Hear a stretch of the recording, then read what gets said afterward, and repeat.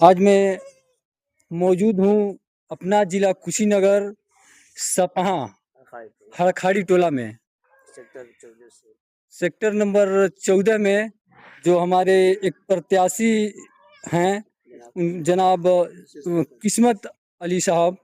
आइए उनके बाद ये कौन सी पार्टी से है और कैसे चुनाव की तैयारी में हैं और किस किस मुद्दे पे लड़ रहे हैं, मैं इनके बारे में जानता हूँ।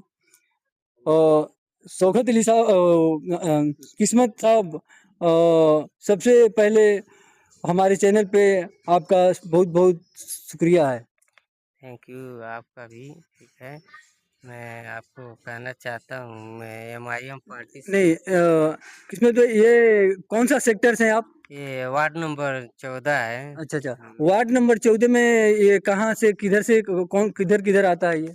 ये सपहा अखाड़ी टोला से लेके और खुटही तक गया है। ये लाला छपरा, दीमन छपरा, पगार छपरा, अच्छा अच्छा। तरकुलवा, फुलवरिया, ये सब इसी में आता है। अच्छा, किस पार्टी से आप खड़े हुए हैं ये चुनाव के लिए? मैं एमआईएम पार्टी से चुनाव लड़ने के लिए अच्छा अच्छा। खड़ा हूँ। आपकी मुद्दा क्या क्या है? वही हमारा मुद्दा यही है कि जो हमारे क्षेत्र में विकास का जो मुद्दा बाकी है उसको जिम्मेदारी से निभाने के लिए, मतलब जो भी काम है वो काम करने के लिए हमारा लक्ष्य है। अच्छा, ये बताइए कि आपको इतनी अपने भारत में बहुत सारी पार्टियां हैं, तो एमआईएम आपको ऐसे कैसे, आपका अचानक ऐसे हो गया कि अब एमआईएम को आपने चॉइस कर लिया? ऐसा क्या खूबी देखे आप एमआईएम में? देखिए, मैं आज तक तो पहला नंबर किसी पार्टी का खड़ा हो मतलब जाए। ज्वाइन नहीं किया आज तक, लेकिन एमआईएम पार्टी ईमानदारी ज़्यादा है। एमआईएम पार्टी के अंदर मैं बहुत दिनों से फॉलो करते आया हूँ। इसके लिए मैं असदुद्दीन ओवैसी साहब को देखकर उनका स्पीच सुनकर मैं ज़्यादा मतलब भावुक हो गया। इसके लिए मैं एमआईएम पार्टी ज्वाइन किया और एमआईएम पार्टी से अपना टिकट हासिल किया। भाई, अभी बहुत बहुत अभी मुद्दे हैं अभी बात करने के लिए।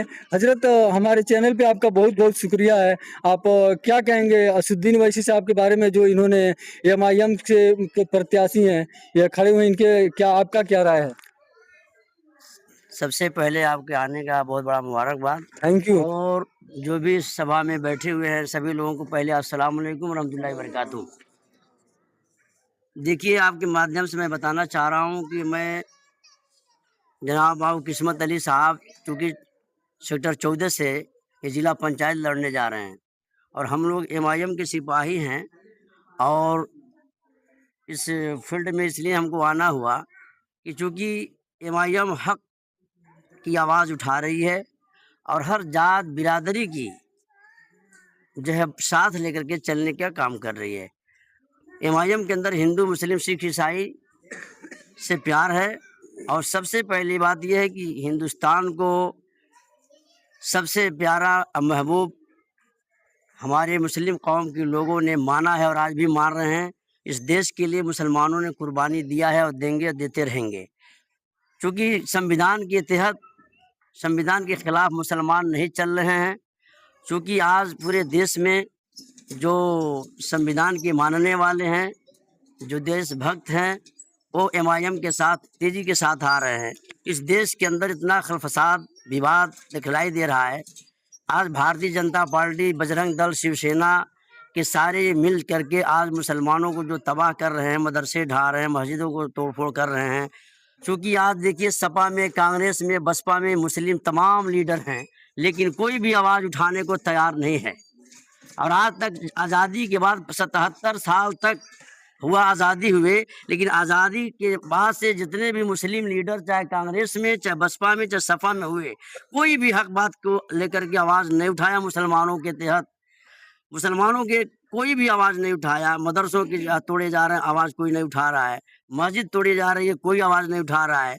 क्योंकि आज चाहे मंदिर की मुद्दा हो या मस्जिद का मुद्दा हो या जो है वक्फ बिल का मुद्दा हो या कोई भी मुद्दा हो, आज देखिए इस देश के अंदर अल्लाह ताला का बहुत बड़ा करम एहसान है कि एक मुजाहिद को अल्लाह ताला ने इस हिंदुस्तान में मुजाहिद जनाब वैसी साहब को पैदा किया है। और आज हमारे उलमा भी और जो हमारे हिंदू भाई हैं, सिख भाई हैं, ईसाई भाई हैं, जो संविधान के मानने वाले हैं, जो भारत से जिनको प्यार है, वो सब लोग यही सोच रहे हैं कि हम लोग एक साथ होकर के रहें, इस देश को मजबूत बनाएं, हर गली गली में विकास का हम वो मंजर देखें। तो मैं उम्मीद करता हूं कि जिस तरह से युवा हमारा, जिस तरह से सेक्टर 14 से जनाब बाबू किस्मत अली साहब आए हैं, ऐसे ऐसे जब दीवाने आ जाएंगे मैदान में, मुजाहिद आ जाएंगे, तो मैं उम्मीद करता हूं कि हर हिंदू मुस्लिम सबको साथ लेके चलेंगे और अपने क्षेत्र में विकास कराएंगे, विकास करके दिखलाएंगे कि किस्मत अली, इनका ये वादा है कि हम विकास करा करके सारे पार्टियों के सामने मैं रखूंगा और पूरा जनता देखेगी 14 का सेक्टर का कि हम किस तरह से विकास एमआईएम के सिपाही करते हैं, करेंगे। इसलिए हम यहाँ हाजिर आया हूँ। आपका आने का बहुत बड़ा धन्यवाद। अच्छा अच्छा, एक सवाल और है निजात हजरत कि एमआईएम को ये बहुत सी सारियां पार्टी जो है एमआईएम को असुद्दीन ओवैसी साहब को बी टीम साबित करती है, ऐसा क्यों? देखिए, हक बोलने का, जब भी कोई बंदा हक बोलता है तो हक जो है कड़वी होती है बात। इस्लाम की बात, जो सच्ची बात बोलता है, चाहे हिंदू हो या ईसाई हो, सिख हो या मुसलमान हो, यदि वो सच्ची बात बोलेगा, इस्लाम की बात बोलेगा, हक पर रहेगा, तो दुश्मन के नज़र में वो जो है हर तरह से जो है वो बुरा नजर आएगा। क्योंकि मैं बुजुर्गों से सुना हूँ, शायरों ने लिखा है कि जिसे दीन से प्यार होता है, जिसे दीन से प्यार होता है, वो दुश्मनों के नज़रों में खार होता है। तो इसलिए मजहब नहीं सिखाता आपस में बैर रखना, हिंदी है हम वतन है हिंदुस्तान हमारा।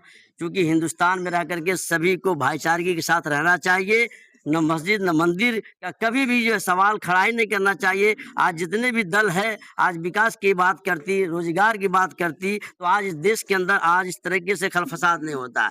लेकिन हमें तो समझ में नहीं आता है कि बजरंग दल वाले, हिंदू वाहिनी और शिवसेना वाले, ये भाजपा के जितने जो है ये सिपाही हैं, ये इसीलिए नौजवान पैदा किए गए हैं, कहा कि जाकर के हिंदू मुसलमान के अंदर खल फसाद पैदा करो, मस्जिद को तोड़ो, मंदिर को ढहवाओ, ये सब गंदी चीज़ें हैं। देखिए, संविधान जो वादी होगा, देशभक्त होगा, ये सब कुरफात नहीं करेगा। अच्छा हजरत, बिहार में जो चुनाव हुआ वो असुद्दीन ओवैसी साहब को वहाँ पर वो लोग बोल रहा था कि कुछ नहीं कर पाएंगे, कुछ नहीं कर बहुत पाएंगे। अच्छा काम। बिहार में चुनाव, उसके बारे में आप क्या, एक देखा जाए तो एक हम लोग के आंख के सामने का एक, उसके बारे में क्या कहेंगे? देखिए, बिहार के अंदर आज ओवैसी साहब की, एमआईएम की, क्या पूरे हिंदुस्तान के मुसलमानों की कामयाबी है। क्योंकि मुसलमानों को निस्तो नाबूद करने के लिए, मुसलमानों को नीच करने के लिए हर दल, हर पार्टियां कोशिश कर रही थी, बिहार में भी। लेकिन अल्लाह का करम, शायर भी लिखा है कि नूर हक शम्मे इलाही को मिटा सकता है कौन, और जिसका हामी है खुदा उसको मिटा सकता है कौन। तो अल्लाह से जो डर रखता है और अल्लाह के करीब जो रहता है और सच्चा रहता है, तो हमेशा कामयाब रहता है। इसलिए अख्तरुल ईमान साहब बिहार में सच्चे थे और अच्छे हैं और अच्छे रहेंगे। हक बात के लिए आवाज़ पहले भी उठाए थे और आज भी उठा रहे हैं। और देखिए, हर दुश्मन के पीछे हट गए हैं और 5 ही सीट लेकर के आज बिहार में वो कामयाबी का झंडा लहरा रहे हैं। आने वाले समय में पूरा हिंदुस्तान एमआईएम का इंशाल्लाह परचम लहराएगा, ये जान लीजिए। अच्छा, अकबरुद्दीन ओवैसी जो असुद्दीन ओवैसी के जो जो छोटे भाई हैं, उन्होंने कुछ दिन पहले उन्होंने एक सोशल मीडिया पे इसे वायरल हुआ बयान दिया है कि योगी जी मैं उत्तर प्रदेश में आ रहा हूँ। उनके बारे में आप क्या कहेंगे किस्मत अली साहब?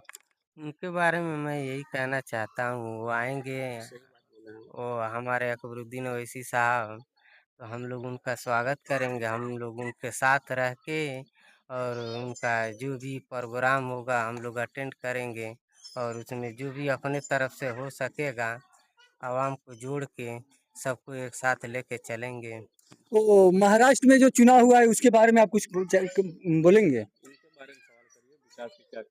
महाराष्ट्र का जो चुनाव हुआ उसके बारे में क्या देखिए, बोलेंगे? महाराष्ट्र में जो चुनाव हुआ है, महाराष्ट्र के सारे हिंदू मुसलमान सब समझ रहे थे कि हम जो है एमआईएम को जब पसंद करेंगे तभी हमारे जो है वार्ड में, हमारे क्षेत्र में विकास होंगे। और विकास के नाम पर हक बात को देखते हुए महाराष्ट्र के सभी लोगों ने एमआईएम को जो है पसंद किया। और इम्तियाज़ जलील का एहसान है कि आज उनके साथ लेकर के महाराष्ट्र में बेशुमार सीटें निकाली है और महाराष्ट्र ही से वो झंडा जो जो है लहर रहा है, उसी झंडे को देखते हुए आज पूरे देश के हिंदू मुसलमान समझ रहे हैं कि हकीकत में जब महाराष्ट्र के लोगों ने जब एमआईएम को अच्छा समझाया तो हम क्यों नहीं समझेंगे।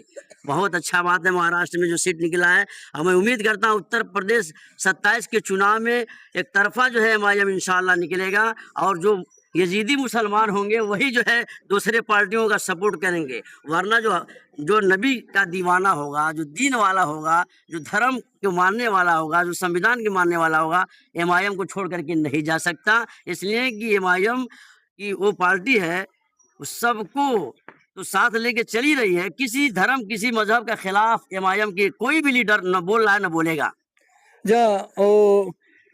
एमआईएम के बारे में आप क्या कहेंगे? इनके बारे में सवाल करिए ना। आप इधर जो अभी प्रत्याशी जो चुने गए हैं वो विकास के बारे में आपका क्या बोलिए।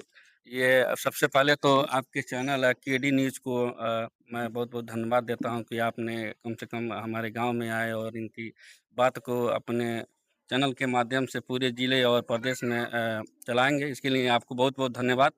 और मैं एक बात आपको बता दूं कि हमारा जो गांव है बहुत पिछड़ा गांव है, और अभी तक यहाँ पे कोई बड़ा चुनाव कोई नहीं लड़ा था।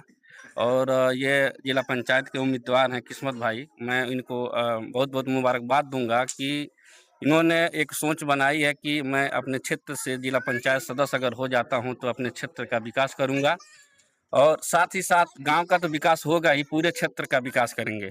इसके लिए इनको बहुत बहुत धन्यवाद।